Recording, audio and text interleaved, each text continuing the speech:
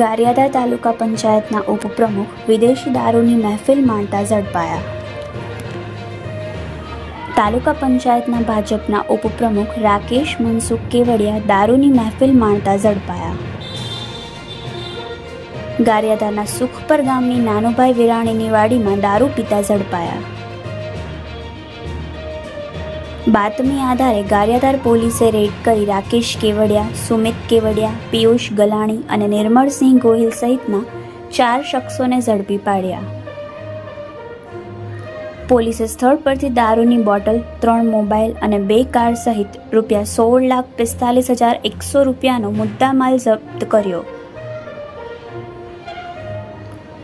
પોલીસે તમામ શખ્સો સામે ગુનો દાખલ કરી આગળની તપાસ હાથ ધરી. Reporter Ramesh Makwana, Yashvi Gujarat news, Gariadhar.